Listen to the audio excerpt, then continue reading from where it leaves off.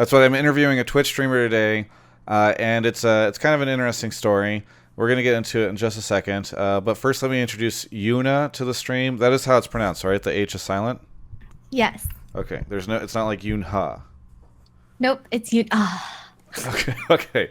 Do you say whatever you introduce you? Do you say hello? My name is Yuna. No, I just say, hey, my name is Yuna. Okay, good. Well, whatever. We got that out of the way. So, let's see. I don't actually. It's very hard. I've been trying to think about how to even begin this interview because I think there's an interesting story around you that took place this week, but it starts off kind of strange. And so I don't. The purpose of this interview is not going to be talking about you and Biofrost or whatever. I think that's like a fun meme and it's good, but like that's not the interesting story here. But we have to talk about it a little bit at the start just to understand the context. So, first off, let's say how long have you been streaming for? Um, Consistently, starting probably last September, end of September. Last September. Okay, so like 9 months or so, Mm-hmm. maybe eight. And what? How many people have you been generally streaming to? About, I've had like maybe anywhere from 30 to 60 viewers concurrently. 30 to 60. Okay. Mhm. This week, how many people have you been streaming to, generally speaking?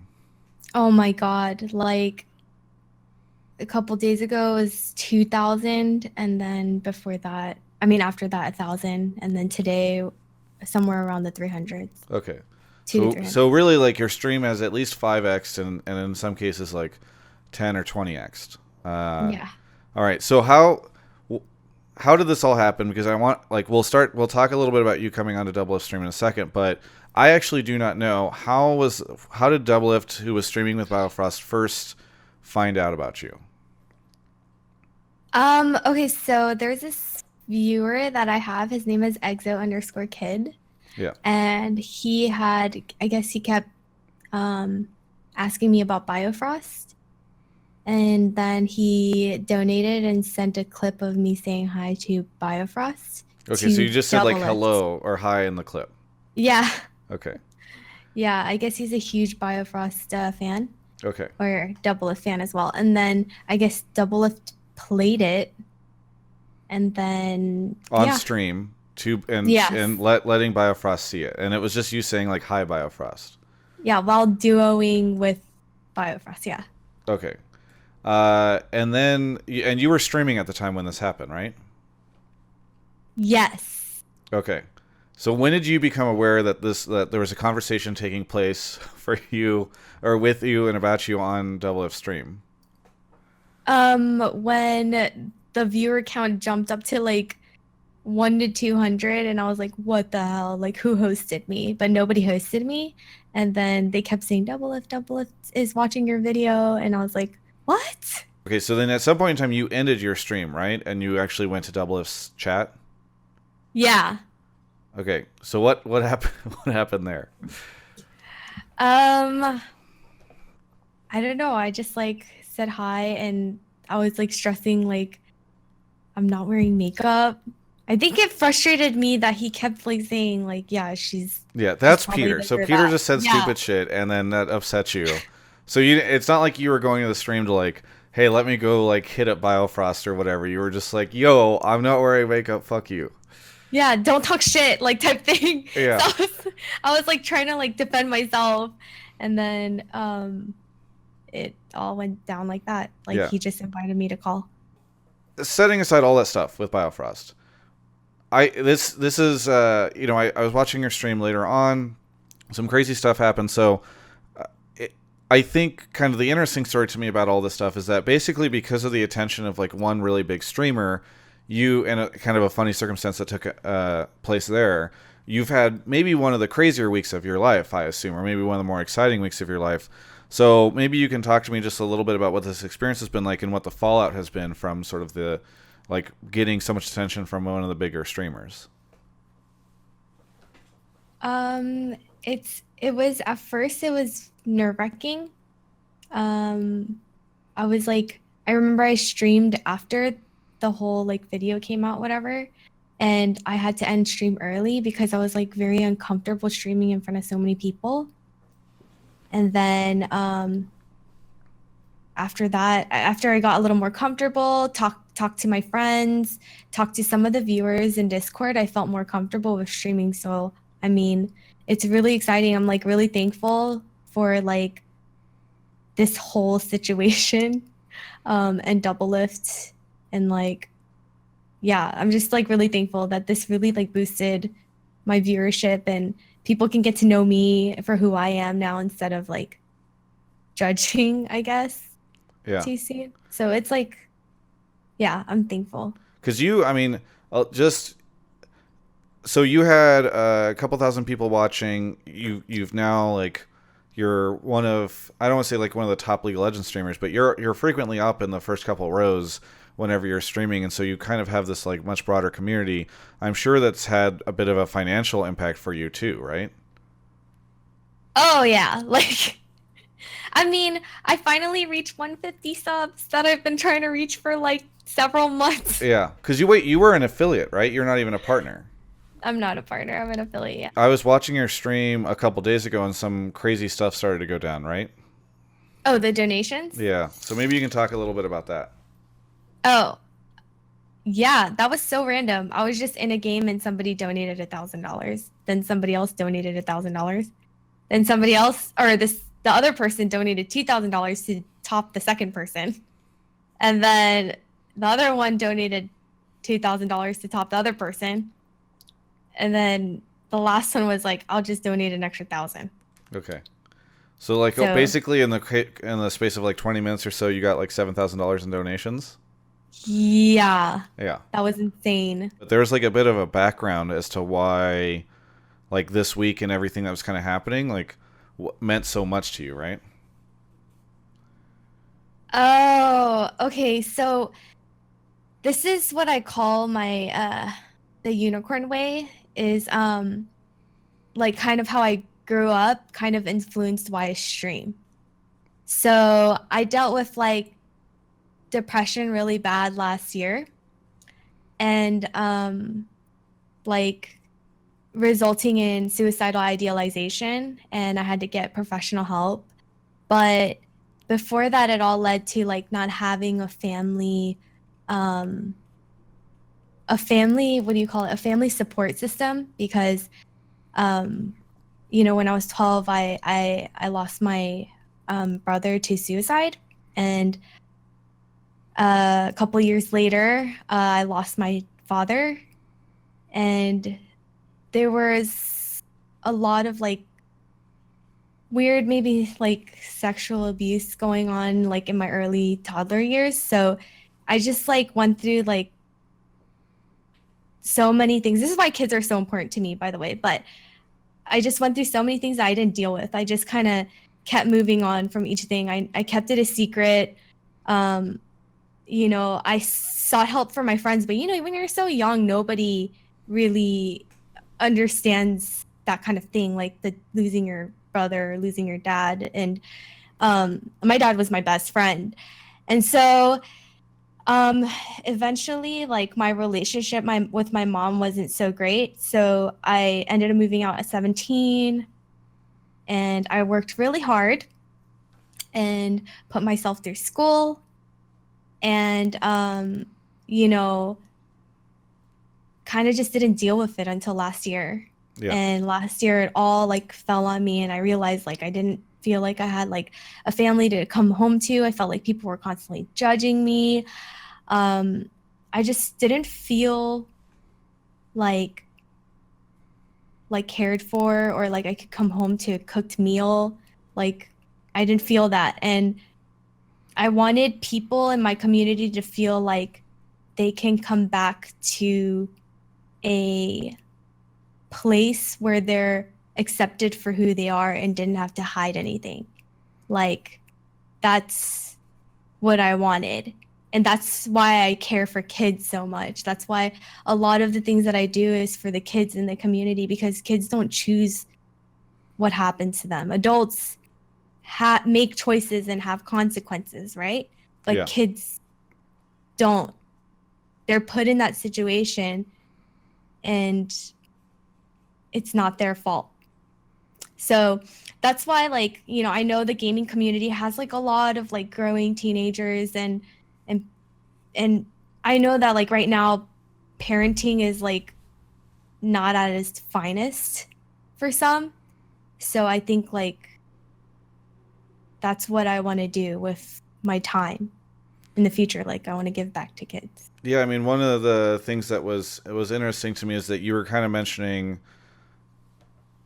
the effect that having the Twitch and Discord community that you had kind of grown had on you, right? You had mentioned that you had sort of built some friendships that were really significant, and relationships out of this, and it was just kind of an interesting story to me.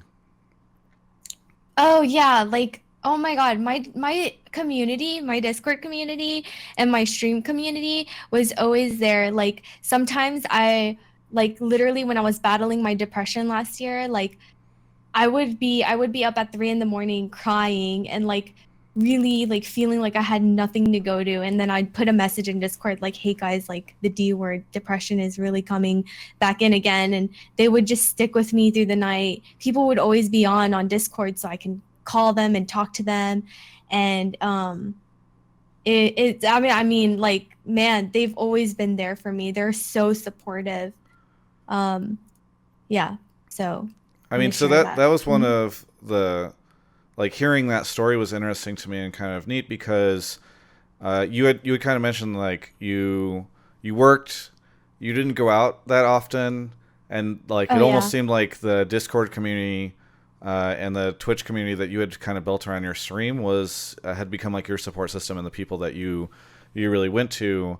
I mean, what, just out of curiosity, like what were the initial reasons that you behind the reason to start streaming and putting yourself out there and trying to grow a community?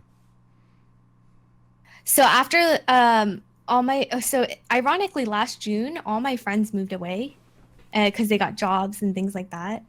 Um and I was just here like all of a sudden like just really alone in my like room, apartment, whatever. And I was just like, man, I tried streaming like before and I just never really had like the equipment to do so. And I just thought I'd just do it and try and stay consistent with it. And it turns out that it led me to building a family, like an online family, Yeah. you know? Hmm? One of the fun things to was when I saw you get those donations, you kind of talked about the material impact that they would have on your life. Like, not only, you mentioned being able to go to TwitchCon and also kind of like a college loan situation. Oh, yeah. I could pay off some of my student loans. And then I don't know, there's like so much I can do with that money. Give a little bit back to the children's hospital near me. I have a really good relationship with the children's hospital near me. Um, and I mean, definitely put some away because everybody's talking about now I have to pay taxes on it. Yeah. And yeah, and I did start a donation fund to go to TwitchCon, but I ended up just like not not being able to use that money for TwitchCon yet because I wasn't able to reach my goal. Okay. But now I have. So Oh, nice. Okay, so you're saying like you had not hit the goal before, but you'd been able to with this.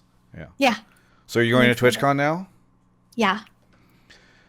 I'm assuming that those don't get charged back, I guess, because that's like always a concern with anonymous donations online or whatever. But you mentioned that they had said that there wasn't any kind of concern for that. Yeah, they said that, but I mean, you never know. People on the internet, so I'm just gonna play it a little bit safe Yeah. and wait a little bit. Yeah. Is it concerning to you or is it exciting? I mean, what is it like for you? Because you had like kind of this consistent 30 to 60 people. Now you've got hundreds of people coming to your stream. Sometimes haters who have seen the video and decide that they want to, be say shitty things to you because of the way that your popularity grew or anything like that. I mean, what is it like for you to sort of have it go from the small community to this big one? Is it good? Is it bad? Is it scary? I mean, what kind of is that experience like? It's scary, but I'm embracing it. It's good because now like I mean, there's so many streamers who like want to be as fortunate as this, you know? Yeah. So it makes me feel appreciative, makes me feel really happy, a little bit cocky, but you know, I've got my friends to put me down on that. Yeah. You were A little yelling bit. at one of I saw somebody show up on your stream the other day and he's like, "Hey, good to see you. It's so great to see you. I've always been supporting you or whatever." And you went on and on. You were like, "I didn't see you for a while. Now you're back." Yeah, I remember. Okay. Yeah. Yeah. I know. Like, oh yeah, it also brings up like all these people that like I've never talked to in a while. Like random people that went to my high school like are DMing me. It's like, "Oh, I saw you on Doublelift's video." And I was like, and then they start telling me how to like become an even bigger streamer. And I'm like, Yeah. "Wait, what? I haven't even talked to you for 5 years." Yeah. But, you know, I get it. I totally get it, you know. So Yeah. I just answer their questions and enjoy a nice, you know, conversation with them too. So So do you think this is like a significant moment for you? Like basically you're going on Peter's stream and sort of having that funny moment. Like it's pretty much changed. Not in like a very dramatic way, but in a significant way, kind of your day to day life or your week to week life because you have kind of this bigger stream. yeah, it feels like more of a responsibility. Like this is what I wanted, you know. I wanted a bigger community. I wanted to be able to influence and have people be a part of a community where they fit in. Like this is what I wanted. The more people I can reach out, the better, you Yeah. know. But at the same time, it feels like it is a bigger responsibility. So right now, since like the momentum is there, I want to be able to like grow my stream from it and like keep consistent and go to work, come stream. You know, I want to really maximize the potential from this one incident. You Yeah. know, who wouldn't, right? Yeah. Um, but I know that like I have to like keep a healthy mind as well, and I have to be healthy mentally and physically for my community as well. Sure. Yeah. You people can't see this because of the way we crop this. I guess you can maybe move it into the camera, but you have maybe one of the more unique microphone setups on Twitch. Do you want to talk a little bit about this at the end? Oh, do you want me to show it or Yeah, you can show it. wait? I'm gently lifting it up. So okay, so can you like this has become a bit of a signature. It's hard to hear you sometimes because of this, but like, do you want to talk a little bit about how this ended up becoming your audio setup? So the Blue Yeti mic that I had purchased for stream, I'm gonna put it back down. It kept picking up my air conditioning in the background, and I didn't know how to like adjust the gain. So I was like, you know what, screw it. I'm just gonna get one of those mics you attach to your shirt because that only picks up your voice, right? Like people do that for like interviews or Sure. TV shows and stuff. So I got it and I put it on my shirt. And when I was playing League, I guess I played like aggressively, some like moving my like body. Yeah. And so like it was swishing on the mic and stuff. And people are like, "Is it windy in your room? Like what's Yeah. that noise?" And I was like, "Oh, it's the mic." So I just threw it on the fork because I was eating a cake. And then yeah, it's just Okay. I started using it. Yeah. Okay. Well, it's good to have that context because I'm sure a lot of people who visit your stream will ask about it. I know so much that you've created like a little bit of a command just so that the Twitch chat can pop it up. Yeah. Do you have anything that you want to say to any of the small streamers out there that are streaming to maybe 2 or 3 or 5 or 10 or 20 people consistently, and they look at streamers like Pokey or Doublelift or Summit or whoever else and sort of like look up at the tens of thousands of people that are watching those folks. Anything that you want to say based on what this experience was like for you? Yeah, so a couple streamers already reached out to me, like asked me for advice. But honestly, I'm gonna be 100% honest. You can put in the hard work and be consistent, but there is some luck, and this was definitely that. And I can't tell you how to do it, but I can tell you what I did, and all I did was stay consistent, and an opportunity just arose. So I can't give you the full solution on how to become a streamer. I just got really fortunate. Yeah. Yeah. anything to say to any of the people that kind of want to come check out your stream, or what is your stream about? Like, you talked a little bit about it, but what can people expect from your stream, and if they decide to like join the Discord and try to become part of the community that you're cultivating, like what should they expect, and what kind of people are you looking to hang out with? Oh, okay. Yeah. Anybody who feels like they need a community or some sort of support system, definitely come join my Discord. It Everybody there is there for you for support, and I know a lot of people look to me because like I made the community whatever, but the community has literally helped me. So like I didn't really do anything for the community. They've helped me. So join that community if you like. And my stream is like I'm definitely a personality streamer. Like nobody comes to my stream for quality gameplay. Yeah, what rank are Let's you? be honest. What rank are you? Shit 5. Okay. I'm definitely like I'm learning too. Like I played ADC for 2 months and I'm learning. It's definitely fun. You can watch me grow into an LCS player. I'll definitely be challenger by season 15. So look forward to that. Yeah. And then kind of the last thing I want to say is like one of the things, and as much as I love Peter, I don't think he did this thing like this whole situation altruistically. Like I think he thought it was funny. But one of the things that I have really enjoyed about this is that it's been really fun to see, especially in the past like year or so since I left Yahoo. I've taken like an interest in sort of seeing these small Twitch communities and how they kind of grow and how they are based around one thing. It's just been kind of cool to me to see the impact that like one streamer who has like a relatively big following can make by just highlighting or having like a funny circumstance with one of the smaller streamers. So I don't know. I don't know what your take is on that, but I think it's just kind of cool to sort of see the impact that a big streamer can make. I think it'd be kind of cool to see big streamers mentor or kind of like find smaller streamers that they like and grow them a little bit. I don't know if you have a take on that. Yeah, I think it's good. Yeah. Yeah. To do that. That's all I needed. Anything to say to any of the people out there watching, or any of the people that why anything in particular that you want to say to the fans at the end of this? Hey, thanks for all the support. Yeah, that's all I can say. Thanks for all the support and encouragement. Yeah. I'm sure people can see you at TwitchCon if they make it out. Yeah. Very good. Thank you so much, Una, for the interview. Really nice to talk to you tonight. Yeah, nice to talk to you too. Thanks.